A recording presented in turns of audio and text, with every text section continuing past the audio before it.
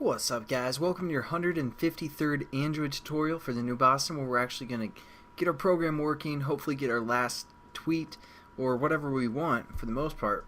So before we actually set up our read class, let's show you. I just want to show you guys how we can execute this. What we're basically going to do is just say new read, and then we're just going to say dot execute, and we can give it a parameter. For example, what we're looking for. Again, we're looking for a text. So we're going to refer to that. Again, just to show you guys, this is what we're looking for, a text, or we can do look through this code and see what else we might need, like the date it was posted or the time it was posted. I'm not sure exactly. Let's see here if we can find it. So then we could also see what time this tweet was posted if we go over here to like the create at. So we could throw that command in as well, or whatever command you guys want to do. But for this one, we're just going to get, the actual tweet. So we're going to say text. Then it's going to call this class. So what we need to do is we need to create also a JSON object that we're going to create through this last tweet method. But this JSON object is going to be something we're going to refer to in our whole class. So just set this up, JSON object called JSON, and there we go.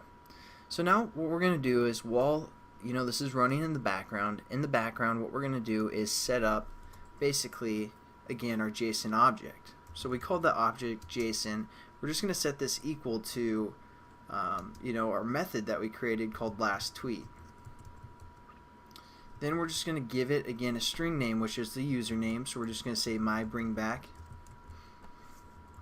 And that's going to create us a JSON object. And then all we're going to do is we're going to surround this with a try and catch,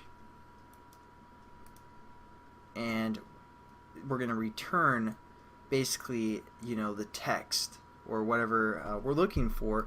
So all we're going to do is going to say return within our try. We're going to say return our JSON dot get string, and we can say like text here.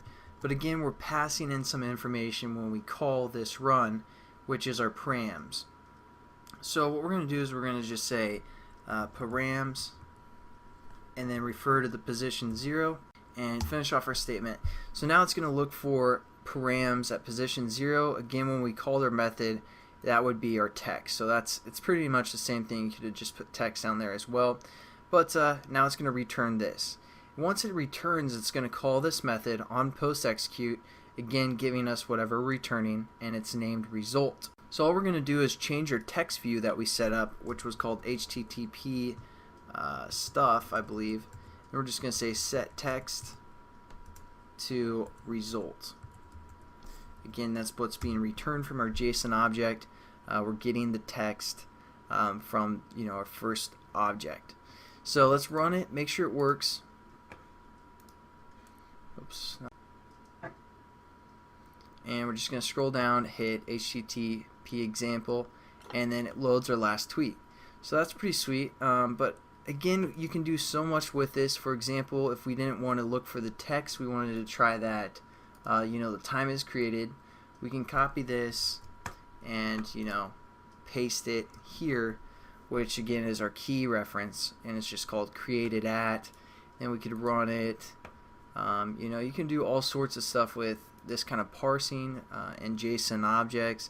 Makes it very easy for us to read some of the data that Twitter provides or whatever service that you're working with, and then we can go to HTTP example, and now it loads the time when that tweet occurred. So there you go. It's kind of a quick overview of JSON and how to parse and all that good stuff. So probably catch you in the next tutorial. I was going to do kind of an overview, but for the most part I think we covered most of this stuff. So I'll catch you guys in the next tutorial where we're probably going to do something else, and I'll see you then. Have a good one.